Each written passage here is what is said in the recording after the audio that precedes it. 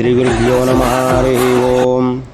ఈరోజు మనము తెలుసుకుంటున్న విషయమేమనగా, పంటలు అధికంగా పండాలన్నా, ఆకస్మిక అభివృద్ధి చెందాలన్నా, రోగంతో బాధలు పడుతున్నా రోగం తొలగిపోవాలన్నా ఈ యొక్క తాంత్రిక పరిహారాన్ని భక్తి శ్రద్ధలతో, భగవంతునిపైన అమితమైన భక్తి, గురువుపైన విశ్వాసం, నమ్మకం పెట్టి ఈ యొక్క తాంత్రిక పరిహారాన్ని మీరు ఆచరించండి.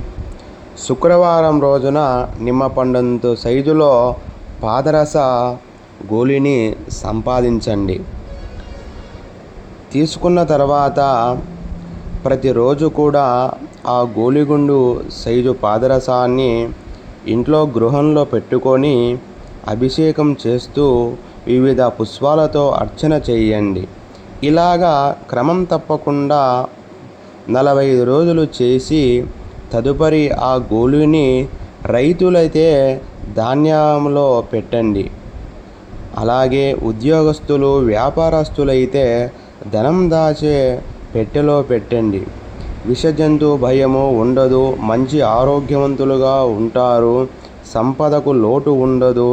చక్కటి పంటలు పండి అధిక లాభాలు పొందుతారు.